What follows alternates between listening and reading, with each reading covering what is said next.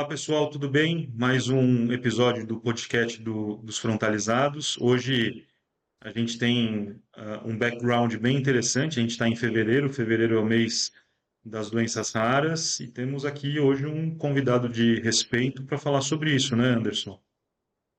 Isso aí. Boa noite, pessoal. Bom dia, boa tarde, boa noite, dependendo da hora que vocês estiverem nos ouvindo, aí, os frontalizados. Né? E hoje a gente tem um convidado aqui que calhou de ser da Universidade de São Paulo novamente. Né? Então, assim, o podcast ainda está meio no seu início, então a gente tem uns amigos lá e aí, que têm sido muito generosos com a gente de ceder o tempo deles para vir conversar com a gente.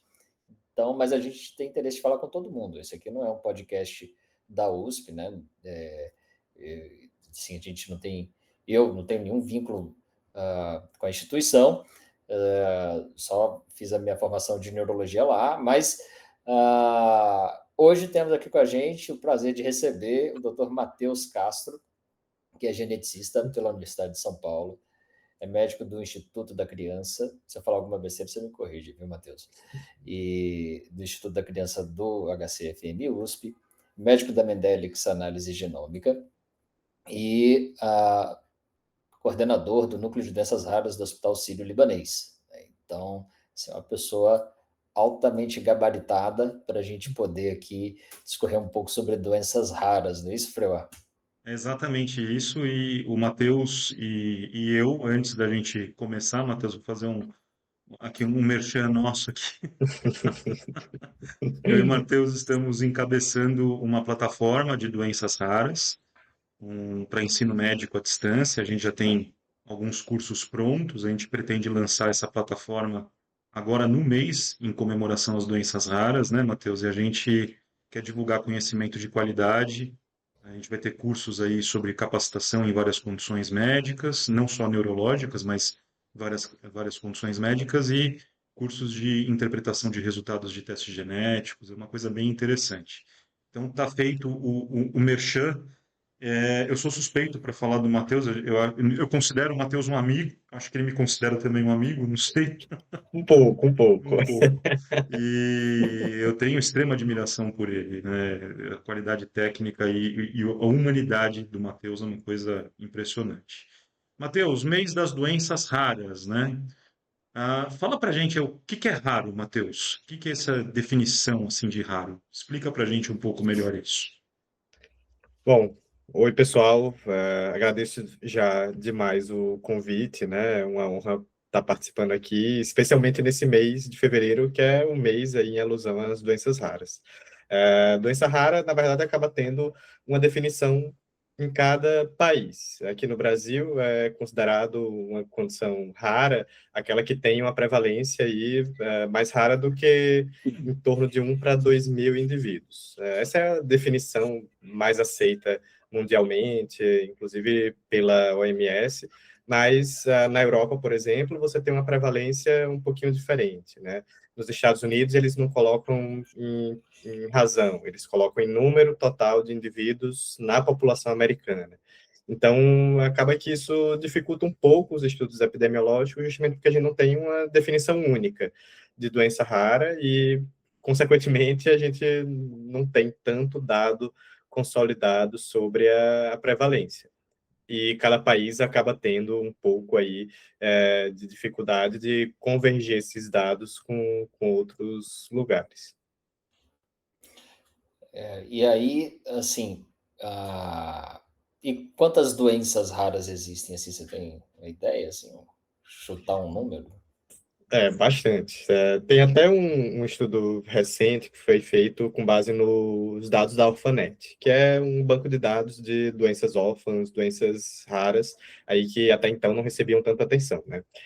Na ocasião, existiam aí catalogadas mais de 6 mil, mas eu acredito muito que hoje a gente já tenha passado dos 7 mil no número de condições raras descritas, né?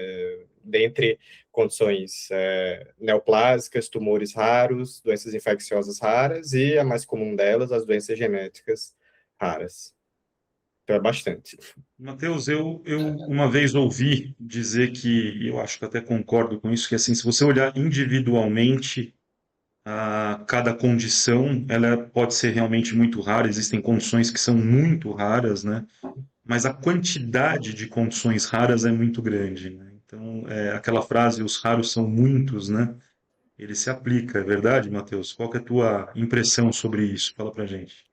Esse mesmo estudo, na verdade, ele tentou fazer, apesar de, como eu falei, né, essa dificuldade de você ter um conceito único de doença rara mundial, fazer um levantamento da prevalência das condições raras como um todo.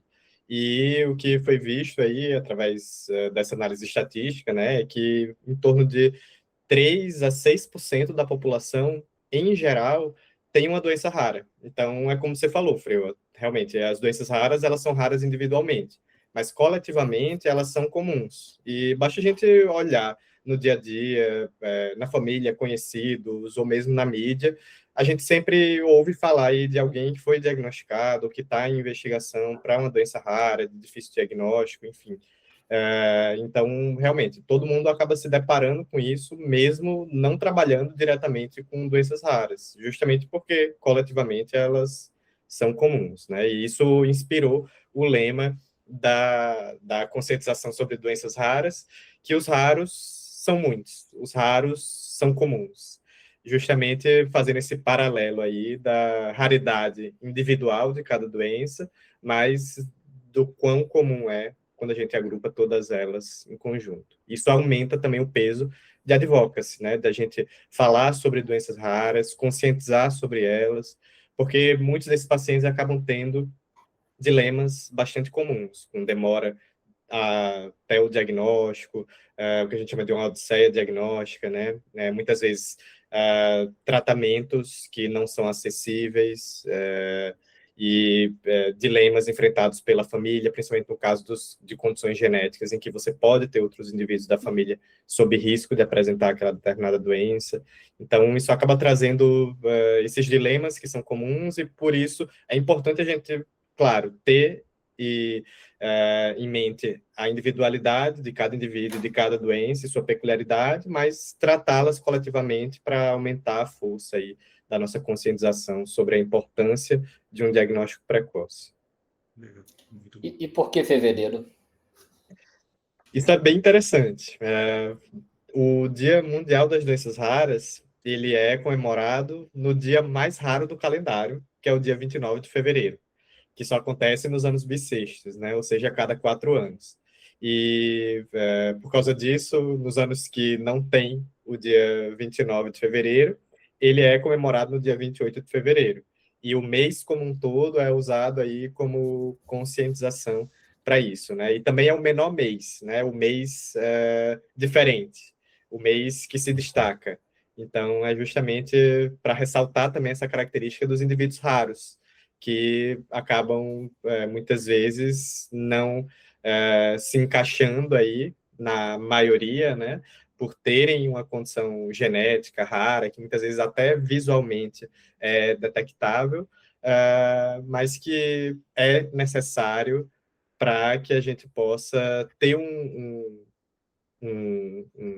diagnóstico precoce e falar aí sobre a importância desse grupo de condições nesse contexto médico e de saúde populacional. Excelente. Matheus, deixa eu te fazer uma pergunta, assim, né? Alguém pode estar se perguntando agora aí, por que que um geneticista para falar de doença rara, né? Explica para a gente aí que a maior prevalência são realmente doenças geneticamente determinadas e qual que é a participação exclusivamente da neurologia, só lembrando aí uma coisa que a gente não falou no começo, que o Matheus é especialista em neurogenética, né? Além de ser geneticista, né? Explica para a gente isso, Matheus.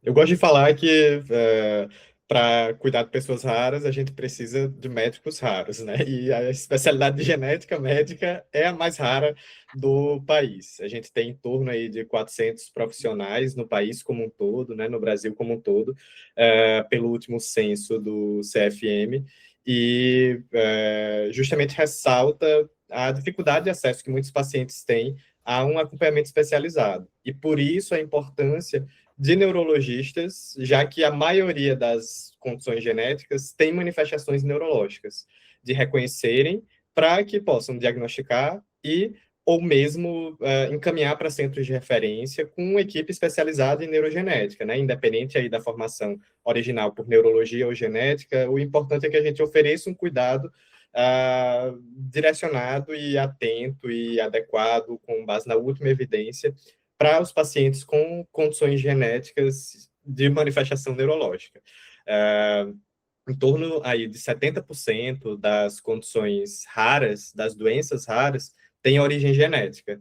E em torno de 70% aproximadamente também das doenças raras tem manifestação neurológica. Então, isso realmente ressalta aí o papel central do médico geneticista e do neurologista no cuidado das pessoas com doenças raras.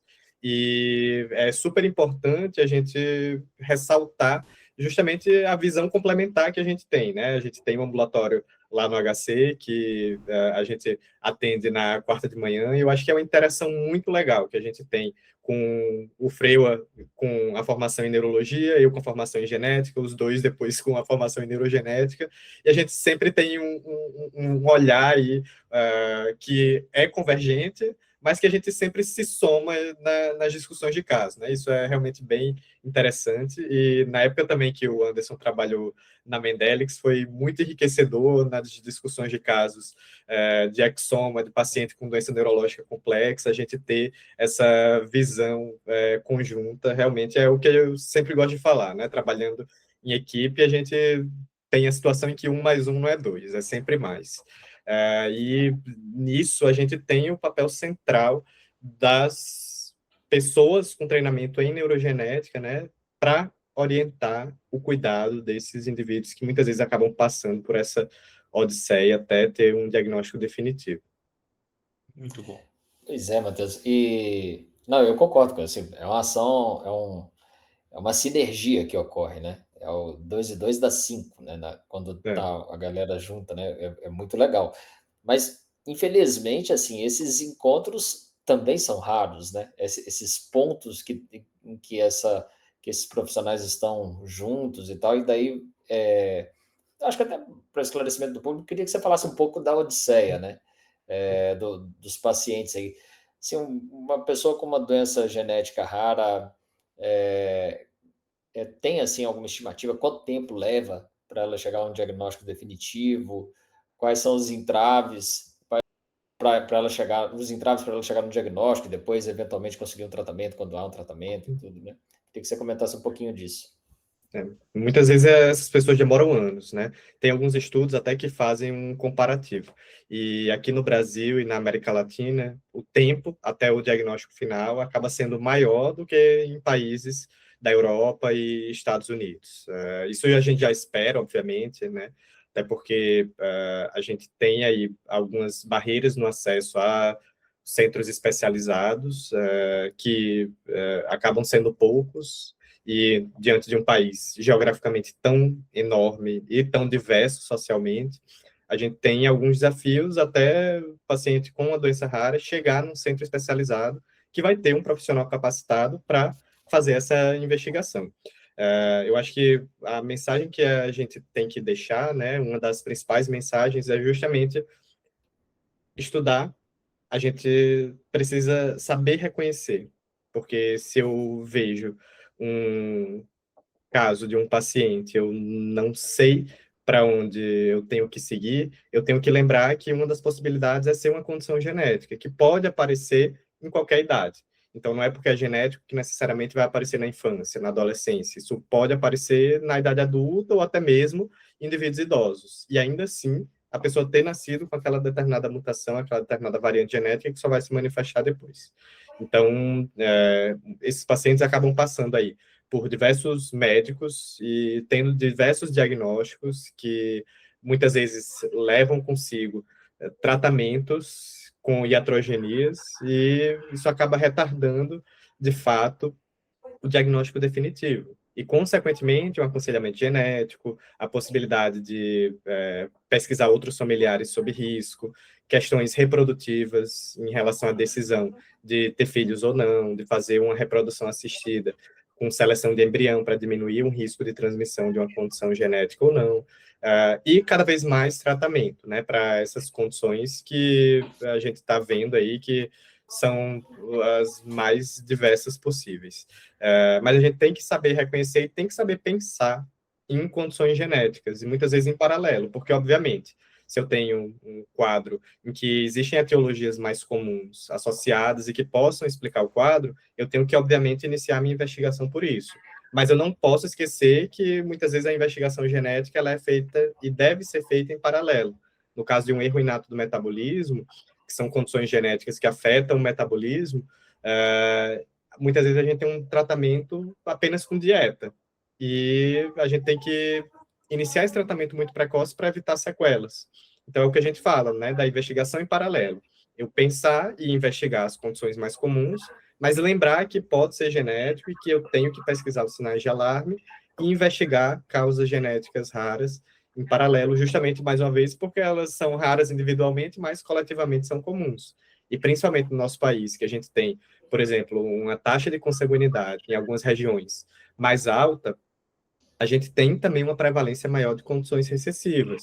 A gente tem algumas variantes que são mais comuns na nossa população em determinadas localidades, por exemplo, a mutação causadora da síndrome de Li-Fraumeni, que é uma predisposição a diversos tipos de tumor.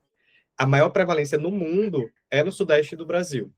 É na região de São Paulo, Minas, Paraná, até chegando ali na região sul, que é uma peculiaridade nossa, por causa do histórico dos tropeiros e o nosso histórico de colonização, né, com populações isoladas geograficamente, em algumas regiões de Minas Gerais, do Nordeste, que acabam tendo clusters de condições genéticas. Na Bahia, isso é muito evidente também, né, bem estudado.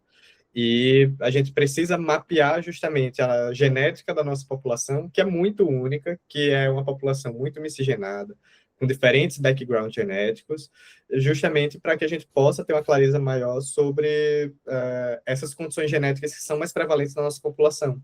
E a gente falar mais sobre elas e diminuir esse tempo de anos até um diagnóstico final, né?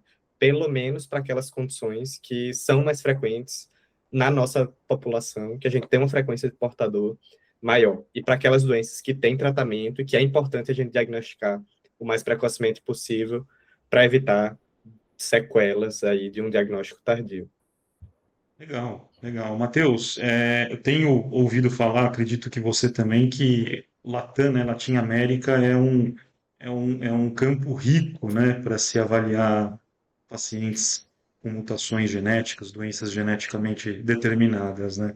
Eu não sei se existe aí uma pergunta realmente, algum estudo que diga para gente qual que é assim o tempo que os pacientes levam para receber um diagnóstico formal, porque a jornada desses pacientes ela é uma jornada assim, é um campo minado, né? Porque você tem aquele primeiro o gargalo da questão do acesso ao exame, depois você pode inclusive falar sobre o exoma ou outros testes genéticos, a gente vai chegar nisso, mas você tem começa lá de trás, né? O gargalo do acesso ao médico que reconheça isso. Aí depois o gargalo do acesso aos exames complementares. Aí depois o gargalo ao acesso ao tratamento. Mas até se chegar num diagnóstico, você tem ideia de quanto tempo, mais ou menos, um paciente, em média, né? Eu sei que pode variar de uma condição para outra, mas você tem uma ideia de quanto tempo, mais ou menos, demoraria para um paciente receber um diagnóstico? Isso é variável aí em relação aos estudos e ao método, né? E, consequentemente, em relação ao país onde esse paciente está, mas existem estudos que apontam aí, muitas vezes, uma demora de 10 a 11 anos, em média, até ter um diagnóstico final, né? Do início dos sintomas. Mas a gente sabe que a gente está cansado de ver pacientes que chegam lá no hospital e que têm 15, muitas vezes 20 anos de condição aparente, manifesta, e que não tem diagnóstico. A gente também já viu casos de pacientes adultos com um dismorfismo facial, uma deficiência intelectual, que nunca foram investigados. Claro que esses exames genéticos se tornaram mais acessíveis só nos últimos anos, né? Mas que até então ficou aí nesse limbo de um atraso do desenvolvimento, uma deficiência intelectual, e não se aprofundou nessa investigação, e que era, no final das contas, uma condição tratável. uma aciduria glutárica que poderia ter sido tratada lá atrás com uma dieta, né? É uma condição que hoje em dia até se prega, está no teste do pezinho ampliado, para a gente diagnosticar e evitar a crise metabólica. Qual que é o recorde que você já viu, assim, paciente que começou dos sintomas até o diagnóstico? Assim, uma pergunta anedótica, assim. Tem um paciente com 57 anos que tinha um quadro de dismorfismo, deficiência intelectual, nunca foi investigado e só aos 57 anos recebeu o diagnóstico. E acabou tendo literalmente a grande odisseia da vida aí, até finalmente ter o diagnóstico definitivo. Eu tive um paciente no consultório, depois o Anderson pode continuar, mas esse paciente era uma mulher que recebeu o diagnóstico de Brown-Vialeto, né, uma deficiência do transporte de riboflavina, e ela tinha já uma idade mais avançada, ali ao redor dos 30 e 30 alguma coisa, manifestação tardia, né, do Brown-Vialeto, que já é mais atípico ainda, né, e ela tinha passado literalmente em 18 neurologistas. Então, assim, é uma odisseia realmente, né, os pacientes, eles infelizmente eles sofrem. Só lembrando que, para, por exemplo, os dados que a gente tem, talvez aí com um pouco mais de robustez, a ataxia de Friedreich é isso, né, Matheus? Ao redor de 8, 9 anos até um diagnóstico, né? Por exemplo, né? Né? É isso. E com a média de pelo menos 5 médicos visitados para investigação e ser um diagnóstico definitivo. Então, realmente é uma saga. Mas essa estatística do Friedreich é internacional ou nacional? Ela é internacional, Anderson. Não. Internacional. É que eu imagino que aqui seja maior, né? É. Porque não é só de encontrar um médico que sabe, tem o custo, tem, quer dizer, fora também, né? Mas aqui, não sei, tem a tendência de ser um pouco mais difícil, né? O que é mais E dramático, né? principalmente, E, Você imagina se lá fora são 8 anos aqui. é, que em geral esses estudos vêm da Europa e dos Estados Unidos, né? Então a gente tem a tendência de pensar que aqui vai ser pior, né?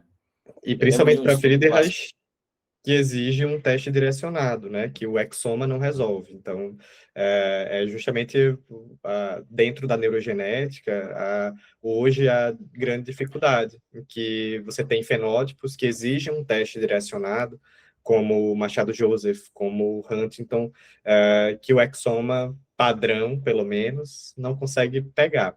A gente tem até aí no radar a possibilidade de, através de análise de bioinformática, detectar doenças de expansão pelo exoma, mas isso ainda não é o padrão ouro. E a gente precisa realmente da técnica específica, que é a PCR daquele gene, para confirmar essas condições. E aí, se o médico não pensar, você não pede aquele teste direcionado para aquela condição e acaba não conseguindo diagnosticar.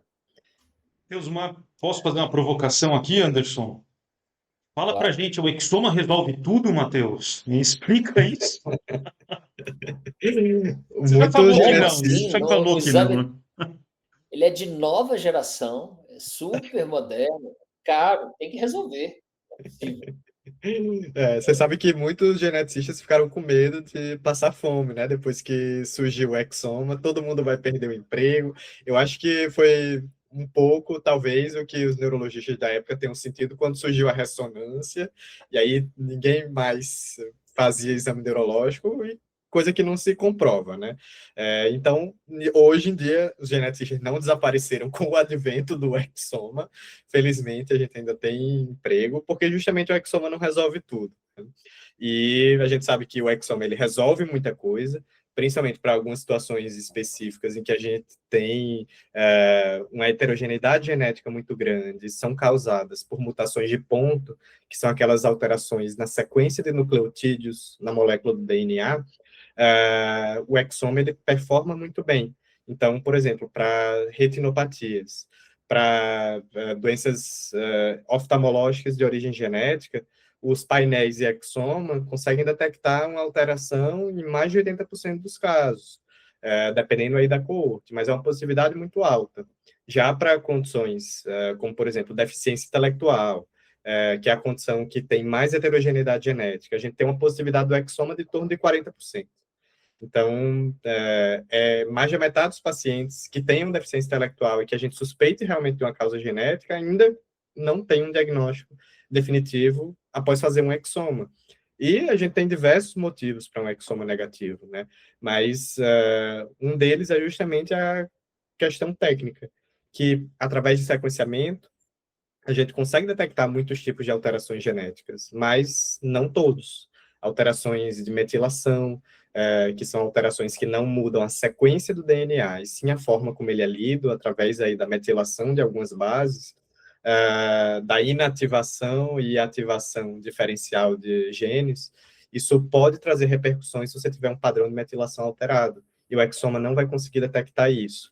Alterações como, por exemplo, mutações em porções que não são diretamente responsáveis pela codificação de proteínas, já que o exoma vai analisar os exons, que são as porções do gene que levam aí à produção de proteínas, podem não ser detectáveis pelo exoma. Alterações que a gente chama de rearranjos estruturais, inversões, algumas translocações, trocas entre dois cromossomos, rearranjos mais complexos, eles ainda não são passíveis de detecção de uma maneira acurada pelo sequenciamento do exoma. Então, tem muitas situações, e principalmente dentro da neurologia, com manifestações de início na idade adulta, isso é muito evidente, através aí das doenças de expansão, que são justamente aquelas doenças clássicas, né, como a doença de Huntington, a doença de Machado-Joseph, você tem o C9orf72 como uma causa extremamente importante de ELA e DFT familiar, e nesse contexto, o exoma ele não é o exame de escolha, né, justamente porque ele não tem a capacidade de detectar de uma maneira acurada essas expansões de sequências repetitivas. Só através de bioinformática, ultimamente, é que a gente tem avançado nesse sentido. Mas ele ainda é um exame que pode apontar a possibilidade de talvez existir uma expansão ali. Mas a técnica ainda é necessária, uma técnica padrão ouro, para que a gente possa confirmar essa alteração. Então, realmente, o exoma, ele tem um poder aí de auxiliar bastante na investigação, mas ele não resolve tudo. E um outro porém também é que, ao analisar os seus exons como um todo, né, os seus genes como um todo, você acaba tendo que analisar genes que não necessariamente estão associados ao quadro clínico. É o que a gente chama de achados secundários, o que é um desafio do ponto de vista de aconselhamento genético, porque a gente sempre tem que explicar para um paciente, quando a gente está solicitando um exoma, que a gente pode mirar num canto e acertar em outro. Ou seja, a gente acabar recebendo no laudo algo que a gente não necessariamente estava procurando.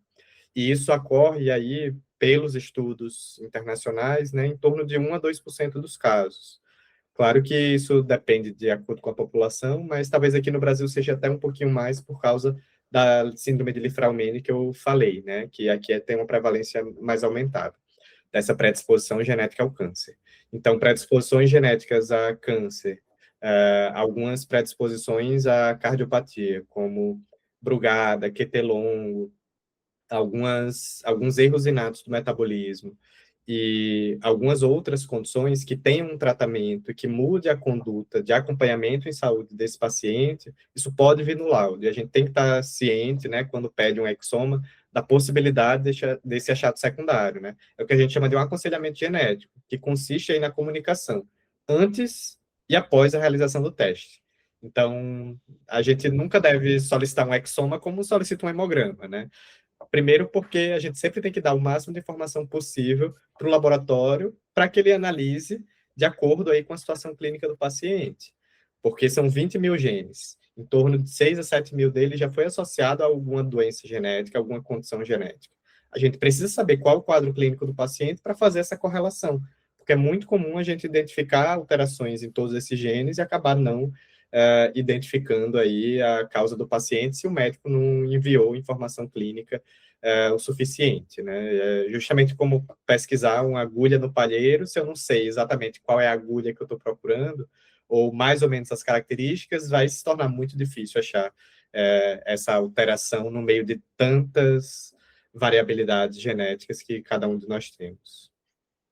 Excelente. Ô, Matheus, e aí o camarada assim que não é geneticista, que não é muito ligado nessa área assim, pode ficar meio baratinado com essas informações suas, né? Porque, assim, numa análise superficial, o cara que só ouviu cantar, fala assim, não, exoma é o exame mais novo, então vou pedir isso aqui, estou com a vida resolvida. Aí, o que você recomenda, então, assim, pensando no cara que está pensando numa doença genética, o médico está pensando numa doença genética, mas, assim, ele não tem traquejo, não se sente tão à vontade diante de uma patologia como aquela. Você acha que para escolher o teste genético, ele deveria encaminhar, né? E aí já emendo uma segunda pergunta seguinte: e aí se ele acabou pedindo e aí recebeu um exoma negativo, que aí é a outra provocação, né? O que fazer? Aí fica É. deprimido, marca uma terapia extra, como é? A depressão pós-exoma negativa ela é real, né? É um problema Ah, crescente de saúde entre os médicos. Mas, ah, realmente, quando você suspeita de uma condição genética, o ideal é que você saiba exatamente qual o mecanismo genético daquela doença. Então, existem plataformas como, por exemplo, Gene Reviews, o OMIM, que é o Catálogo de Condições Genéticas na Espécie Humana, que trazem aí quais são as bases genéticas daquela doença, para que você possa pedir o teste direcionado. Por ter tantas peculiaridades, realmente, se você não tem tanta experiência com solicitação de testes genéticos, o ideal é que acabe encaminhando ou entrando em contato com algum colega que tenha mais experiência, justamente para discutir, porque muitas vezes o exame genético ele tem peculiaridade não só em relação ao tipo de exame, mas também em relação ao tecido analisado, se o paciente fez um transplante de medula óssea, aí já muda completamente, porque você não quer analisar o doador, você quer analisar só as células do paciente, e acaba tendo aí esses poréns, mas que não são bichos de sete cabeças. Existem aí informações que muitas vezes são desencontradas, né? E eu faço um parêntese aqui também para falar que justamente um dos objetivos da plataforma de educação, né, que a gente está desenvolvendo é justamente a gente centralizar a informação de uma maneira acessível para que você tenha acesso a como fazer esse raciocínio, né? Em qual exame solicitar, qual o mecanismo de doença, quais achados eu estou esperando e o que fazer diante de um exoma negativo, ou pior ainda, de uma variante significada incerta. Então, nesse contexto, o ideal realmente é entrar em contato com alguém que tem experiência em testes genéticos, né? Seja aí através de encaminhamento presencial, ou hoje em dia isso é uma vantagem muito grande que a gente tem, né, das teleconsultas, em que muitas vezes a gente não precisa avaliar o paciente presencialmente para entender o contexto clínico, fazer a anamnese e saber qual o exame genético, ou fazer um aconselhamento genético e uma orientação pós-teste após um resultado do teste genético positivo. Saber se outros familiares precisam ser testados, por isso é importante fazer o heredograma, que é a análise da árvore genealógica de cada paciente, né? Principalmente naquelas condições que podem ter outros indivíduos na família que estejam sob risco de terem herdado a mesma alteração genética. E mesmo solicitando o teste genético, justamente a gente tem que ter em mente que muitas vezes a investigação ela não acaba após o resultado do teste, porque genético pode ser herdado. E você pode justamente ter outros indivíduos da família que estejam sob risco. E falando aqui com dois mega especialistas em CSF1R, né, é justamente uma dessas condições, em que a gente tem a possibilidade de investigar outros indivíduos da família e acompanhar esses indivíduos que tenham a variante genética e que estejam sob risco de manifestar a leucoencefalopatia, porque o tratamento através de transplante de medula óssea tem se mostrado aí bem importante no cuidado desses pacientes em estágios precoces da manifestação clínica. E a gente detectar quem é portador da variante, para que a gente possa acompanhar e fazer avaliar a possibilidade de um transplante de medula óssea no início dos sintomas, essa pessoa vai ter um prognóstico muito mais favorável do que se você só deixar para lá e acabar não tendo essa busca ativa da família. E em relação ao exoma negativo, né, a gente tem que pensar em todas as possibilidades desse exoma ser negativo. E uma das principais, e talvez que a gente acabe não lembrando tanto, é se a condição de fato não for genética. Se ela não for genética, ela não vai ser pega pelo exoma. E muitas vezes a gente tem, numa ansiedade de investigar e de diminuir essa odisseia diagnóstica, solicitado um exoma antes de uma pesquisa de causas adquiridas para ataxia, por exemplo. E, no final das contas, era uma causa adquirida que você nem precisava ter feito uma investigação genética, porque era claramente aí uma causa ambiental. Então, a gente tem que ter em mente que o teste genético ele também não resolve tudo. Principalmente se você esqueceu de investigar causas não genéticas, e que dentro da neurologia elas são aí extremamente importantes e devem ser prioritárias na investigação inicial de quadros como ataxia, por exemplo. Uma curiosidade, tem estatística assim dos exomas negativos? Quantos são, ou quais são as condições que o pessoal pede o exoma e que, na verdade, seria uma causa não genética? Tem alguma estatística nesse sentido? Uma estatística, um número específico, eu desconheço, mas não é incomum. Dentro dessa positividade global do exoma, que é em torno aí de 40%, 50%, estima-se, na verdade, que você tenha uma parcela significativa de causas não genéticas ou causas multifatoriais, em que os fatores genéticos estão interagindo com fatores ambientais para causar aquele determinado quadro clínico. Então, a gente já tem esse dado para anomalias congênitas, e aí anomalias congênitas, malformações congênitas, a gente tem uma positividade dos testes genéticos aí em torno de 30%, 40%. E uma parcela significativa desses achados é, na verdade, causado por causas ambientais, infecções congênitas, causas maternas, comorbidades maternas, como lúpus materno, por exemplo, pode dar um quadro aí de uma arritmia precoce, e causas como, por exemplo, teratógenos, que, infelizmente, ainda são comuns na população, né?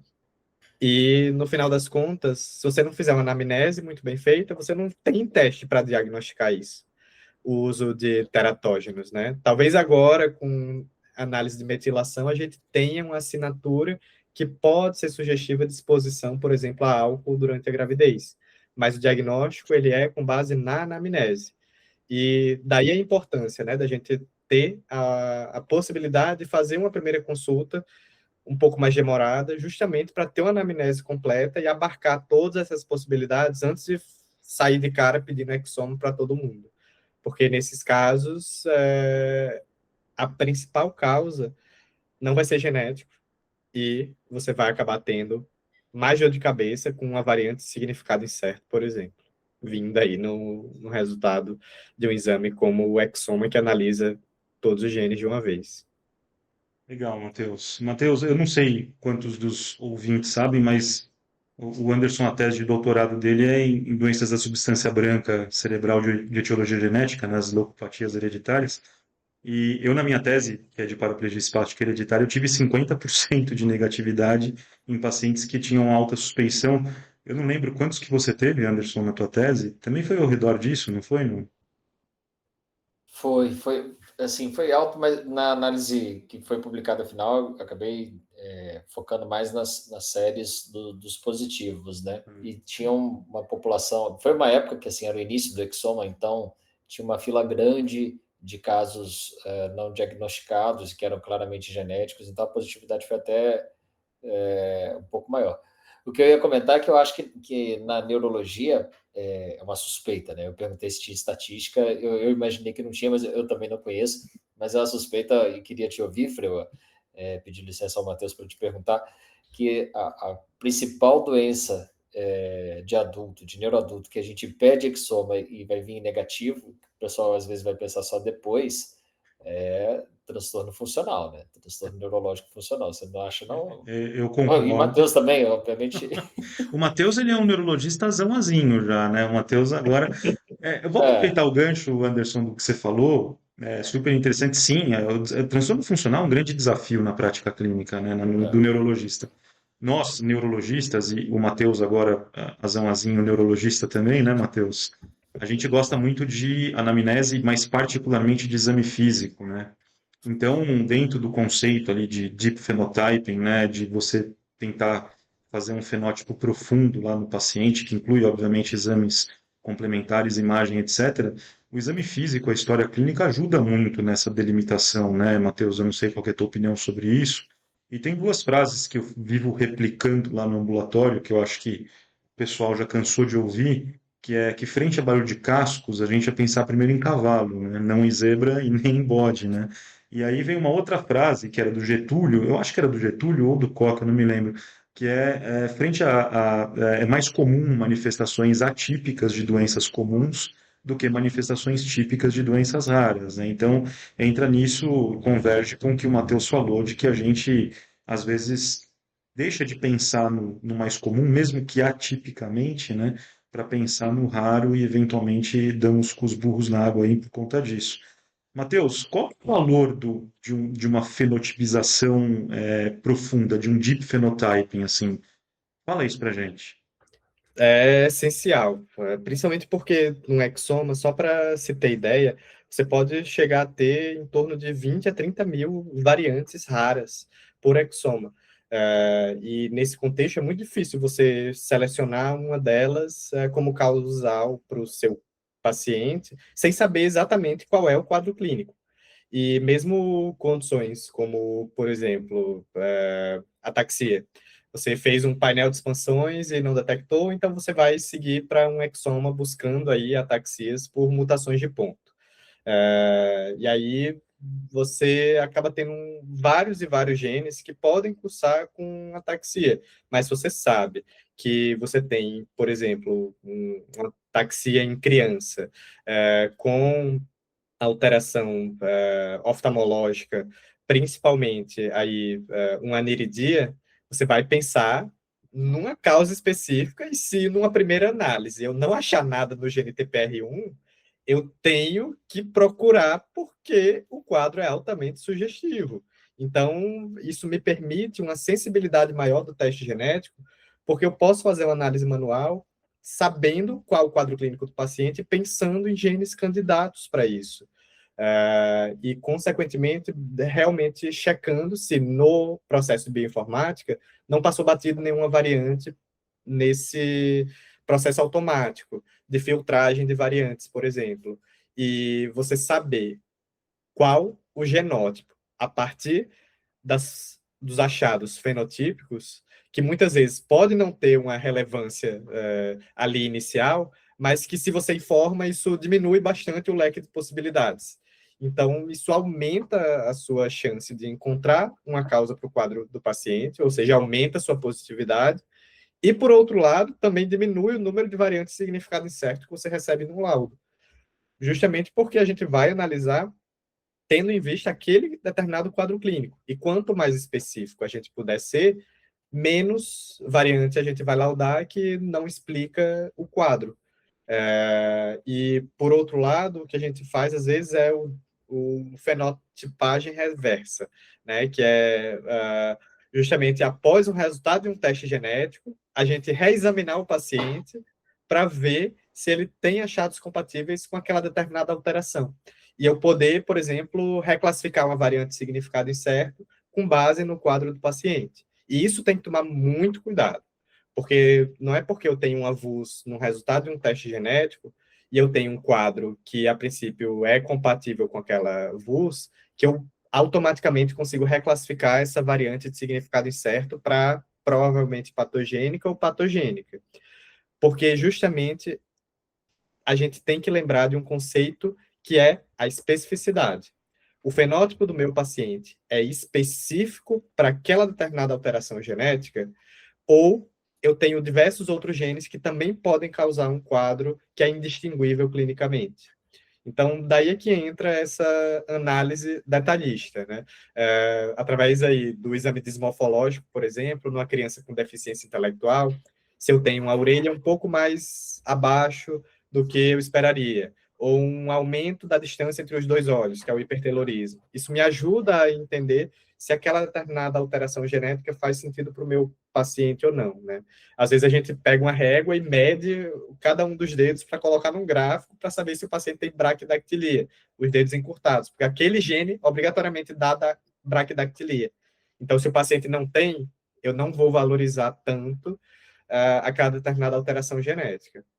Mas, por outro lado, você tem aí o que torna um desafio a expansão fenotípica, que é condições ultra raras, que são pouco descritas na literatura, a gente ainda não conhece o espectro de manifestações completo associado a esse gene. Então, você pode estar diante ali de um fenótipo um pouco atípico de uma doença ultra rara. E isso realmente é uma dificuldade, não só para o médico que não tem experiência em doença rara, mas até para o ultra especialista no maior centro de referência do mundo, né? E é daí que a gente tem plataformas colaborativas, como, por exemplo, o GeneMatcher, que é como se fosse um Tinder dos genes, em que vários médicos, pesquisadores ao redor do mundo colocam genes e você dá match com outros médicos e pesquisadores que submeteram ali aquele gene no banco de dados. E você compara os pacientes para saber se o quadro do seu paciente, por exemplo, bate com o quadro dos outros pacientes desses outros colegas. Então, é realmente bem interessante. E a gente teve algumas publicações aí, o fruto do match, do GeneMatcher. Fazer uma piadinha aqui. O que é Tinder? Não, pode ter gente que não sabe, Não é né? da Não tua sabe. época, Anderson. Não é da minha época, não tinha essas facilidades, entendeu? Poxa. Era mais difícil, realmente. Bom, mas, assim, não, só dar um passo para trás aí, eu só explico um pouquinho melhor aí o que é um avulso, porque eu acho que para a gente é natural e tal, esse linguajar, mas eu vejo assim colegas às vezes muito bons assim da neurologia, mas que fazem outra área e às vezes não sabem o que fazer com aquilo, menospreza uma VUS para assim, que só veio VUS, não sei o que fazer com isso, é tudo lixo, ou então o contrário, supervaloriza uma VUS. Então assim, eu acho que assim, já roubando um pouquinho o conteúdo dessa plataforma de vocês, antecipando assim, Dando spoiler. dá um play para o pessoal não ficar muito, né, sem saber o que fazer. VUS é um termo, aí uma sigla do inglês, né? Variant of Unknown Significance, ou variante de significado incerto. Justamente, variante é o termo que a gente usa hoje em dia para mutação, né? Significado incerto porque a gente não sabe, a gente não tem informação suficiente na literatura, nos bancos de dados, nas ferramentas de bioinformática e computacionais de predição de dano, e, com base nos quadros clínicos, se aquela determinada alteração genética ela é patogênica, ou seja, com o potencial de causar uma doença, uma condição genética, ou benigna, e que é só uma variabilidade, que todos nós temos variabilidade no nosso DNA, por isso que a gente usa o DNA para teste de paternidade, identificação de pessoas, identificação criminal, porque todos nós temos alterações genéticas, todos nós temos variantes genéticas. E a maioria delas é benigna. Mas quando ela é rara na população, nunca foi reportada, e a gente não tem aí tanto subsídio para reclassificar ela para um lado ou para outro, ela acaba entrando nesse diagnóstico provisório de variante de significado incerto. E por que eu falo que é provisório? Porque é só reflexo da falta de conhecimento acerca daquela determinada troca, daquela determinada variante. E que esse não é um diagnóstico, uma classificação estática, ela é evolutiva. Então, quando a gente está diante de uma variante de significado incerto, a gente tem que se lembrar que isso é uma classificação provisória e que talvez o laboratório não tenha tantos dados, mas será que eu não posso fornecer esses dados para ele? Então, muitas vezes a gente avaliando a família, testando essa variante, se está presente nos pais ou em outros familiares que têm um quadro parecido com o paciente, se ela segrega com fenótipo, se ela é uma variante de novo, ou seja, se ela ocorreu só na pessoa e não foi herdada nem da mãe, nem do pai.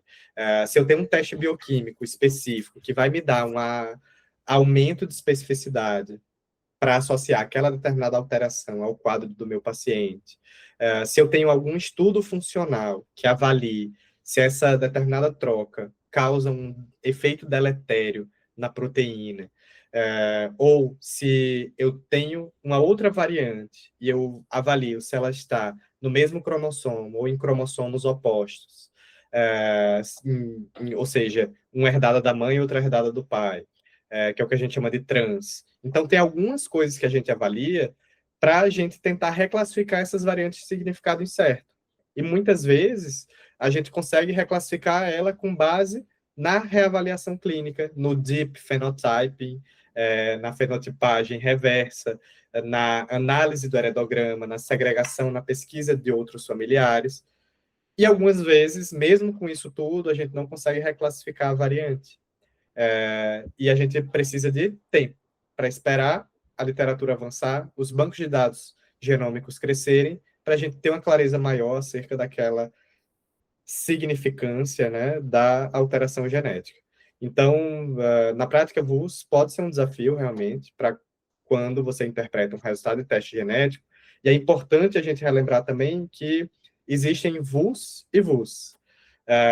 Existem subclassificações propostas aí para que a gente possa diferenciar aquelas VUS, aquelas variantes incertas, que estão mais próximas da benignidade e que muito provavelmente vão ser classificadas como benignas e não vão explicar o quadro do seu paciente, daquelas VUS que são o que a gente chama de VUS quentes, ou VUS com maior probabilidade de patogenicidade, que eu consigo, aí, através de uma ou outra informação a mais, reclassificar para patogênica ou provavelmente patogênica e fechar um diagnóstico genético e fazer um aconselhamento genético, tratar essa doença se for uma condição tratável, e com isso encerrar uma odisseia diagnóstica, né?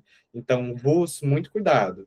A gente tem que saber diferenciar entre essas VUS frias, com baixa probabilidade de patogenicidade, e as VUS quentes, com alta probabilidade de patogenicidade. E aí que entram os critérios de classificação de variantes, que são informações que a gente usa para justamente a gente entender se existem muitas informações que direcionam para patogenicidade ou se existem mais informações que estão direcionando aí para benignidade. E eu, consequentemente, saber quais variantes de significado incerto eu vou valorizar com base aí na correlação clínica do resultado do teste genético com o paciente que está na minha frente. Excelente, Tem uns Matheus. apelidos para essas VUS aí, né? Tem VUS com pedigree e VUS vuvuzenta. Matheus, obrigado por Ou tem outros. Resumiu minha aula no curso, né? Muito obrigado. Amostra grátis. Excelente, excelente. E é isso aí, não, Matheus, puta, que conversa agradável, que legal, bastante fluida, né? Eu acho que a gente pode começar a pensar já em encerrar o nosso papo, né? E a gente tem algumas prospecções e, cara, eu queria tentar fazer uma cápsula do tempo aqui com você e para a gente olhar esse vídeo daqui 15 anos e falar o que que a gente achava que ia ser daqui 15 anos. Matheus, dá uma prospecção para a gente. Como é que você acha que vai ser a genômica, a medicina genômica daqui 15 anos? O que que... Eu lembro de um filme da década de 90 que eu assisti, que era o Gattaca, que a gente, eu não sei, quem não assistiu, assista esse filme, é sensacional. O que você acha que vai acontecer, Matheus? Conta pra gente. Cara, eu acho que a genômica ela já está hoje transformando a medicina. E no futuro, todo especialista vai ter que ter um conhecimento de genética e muito provavelmente, talvez até a gente já nasça e tenha o nosso genoma sequenciado como um teste do pezinho. E ao longo da vida, a gente vai para médicos, e a gente vai abrindo o genoma para fazer um score de risco poligênico para avaliar o meu risco genético de desenvolver hipertensão. Então, eu vou tomar medidas que vão ser direcionadas com base na minha predisposição genética específica para doenças comuns. E também a gente vai prescrever uma dipirona e vai checar no genoma do paciente se ele tem uma alteração que a gente chama de farmacogenômica, que aumente o risco dele ter um efeito adverso a essa dipirona, por exemplo. E, consequentemente, eu não vou usar dipirona naqueles pacientes de alto risco, vou usar um medicamento alternativo. Então, é o que a gente chama de uma medicina personalizada e, cada vez mais, a gente está vendo a aplicabilidade da genômica no dia a dia. Hoje, existem quimioterápicos que já saem em bula com indicação somente após uma pesquisa de uma variante genética específica que aumenta o risco de toxicidade, e que ele só é indicado após você afastar a presença dessa determinada alteração genética. Então, a gente vai caminhar para justamente ter esses tratamentos mais personalizados e também o acompanhamento em saúde mais personalizado. Por outro lado, vão surgir diversos dilemas éticos, né? Já que a gente vai ter um poder preditivo muito grande desde o nascimento e, na verdade, até antes do nascimento. Porque hoje a gente já tem tecnologia para sequenciar aí os pais e pesquisar risco de condições genéticas numa futura prole. E, por outro lado, não só doenças genéticas, mas também características físicas. E aí entra justamente o dilema ético. Até que ponto a gente vai ter um cuidado personalizado, uma medicina personalizada, uma diminuição de risco, uma diminuição de doença, e até que ponto a gente não ultrapassa a linha de uma eugenia? É uma pergunta que ainda está em aberto, mas que a gente precisa estar atento, porque esses dilemas vão vir e vão ser parte do nosso dia a dia aí no futuro como médicos, como os profissionais de saúde. Eu quero te espremer um pouco mais, Matheus. Eu quero que você, assim, daqui 15 anos a gente vai estar editando DNA, a gente vai estar com o CRISPR aí super desenvolvido. O que que você, assim, eu quero olhar esse vídeo daqui 15 anos, que eu entendi, mas o que você está falando hoje já está meio próximo da nossa realidade, esses dilemas, etc. É, Como é que É, você enxerga daqui, vamos colocar uma data aí, 15 anos, como é que você é. enxerga que vai estar a evolução tecnológica? A gente está caminhando a passos muito largos, né? Sim, Se você for ver, o Exo é uma coisa super recente, o projeto Genoma é super recente, os valores, o preço do sequenciamento tem despencado nos últimos anos e, de acordo aí com o desenvolvimento tecnológico, vamos agradecer aos nerds aí das placas de vídeo da GPU, né? As GPUs é o que faz rodar processamento de dado massivo. O que que você acha, Matheus? 15 anos aí. Vai, prospecta pra gente assistir esse vídeo daqui 15 anos e falar, pô, o Matheus acertou ou o Matheus errou. vamos esticar a baladeira, então. Mas eu acho que daqui a 15 anos a gente vai estar com uma terapia gênica personalizada. Então, a gente vai ter laboratórios que vão ser encomenda de terapias gênicas através de CRISPR. Eu vou sequenciar o meu paciente, eu vou ter uma variante específica e eu vou só solicito terapia gênica para a variante XYZ no gene X. E aí, isso vai vir do laboratório para a gente, o vírusinho lá específico para tratar aquela condição genética de variante nunca antes descrita naquele indivíduo. E, por outro lado, a gente também vai ter essas empresas ganhando muito dinheiro. Então, espero detectar essas empresas no início para investir em ações dela já no início para doenças comuns. E a gente vai ter a possibilidade de usar a terapia gênica para modular hipertensão, diabetes e vai ser o Monjaro do futuro aí, Agora você para respondeu. inclusive emagrecimento. Sensacional. Vamos ver daqui 15 anos, né? não, muito bom mesmo. Ô, Matheus, é uma delícia te ouvir assim, ficar pensando assim, né, nessas questões todas, assim. Eu acho que talvez se deixar aqui, a gente grava mais uns 2 ou 3 podcasts para cada uma dessas provocações que você fez aí. A gente falou que, antes aqui em off, eu falei que a gente ia te provocar, mas essas provocações que você que nos provocou agora no final, né? Exatamente. Imagina se no futuro o filho vai processar os pais porque tiveram ele da forma natural, né? Não fizeram um sequenciamento prévio, né? E aí vai ter que pagar um seguro-saúde mais caro, porque ele está cheio de variante problemática no DNA dele. Já pensou?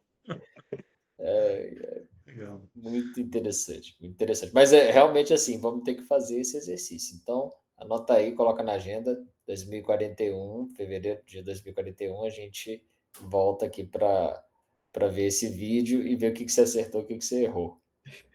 Ô, Anderson, você não vai pedir para ele recomendar um livro para gente? Pois é, assim, a gente tem essa brincadeira aqui, mas com você eu queria fazer mais outras duas. Você é um azinho né, você é um neurogeneticista, então eu quero te pedir 3 coisas. Quero te pedir a sua estrutura neuroanatômica preferida, o seu gene preferido e uma dica cultural aí para nossa audiência. Pode ser um livro, um filme, documentário, qualquer coisa que você tenha visto e tenha lhe chamado a atenção, pode ter a ver com o que a gente está falando ou não, enfim.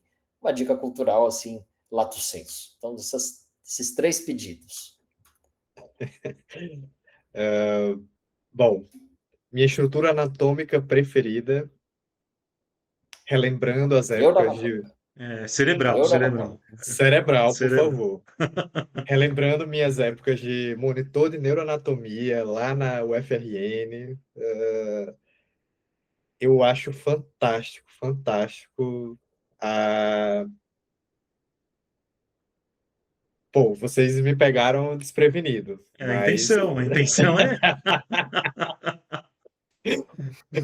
não me julguem, por favor, mas para mim é o leminisco medial das aulas lá de cortes de tronco que eu dava para os alunos do primeiro período da faculdade. Eu tinha que mostrar onde passava cada trato, cada leminisco, e eles ficavam apavorados. E essa, Sensacional. para mim, remete a essa lembrança muito boa Sensacional. dessa Legal. época.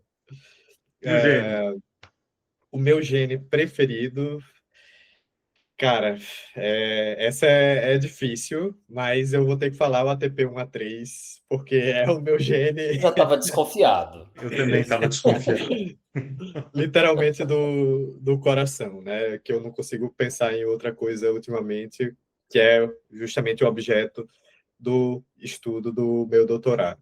Então, a gente está tendo aí uns achados bem legais, inclusive com novos fenótipos que anteriormente não foram descritos, e a gente espera poder contribuir para o conhecimento aí acerca desse gene, quem sabe até de novas possibilidades de tratamento no futuro próximo.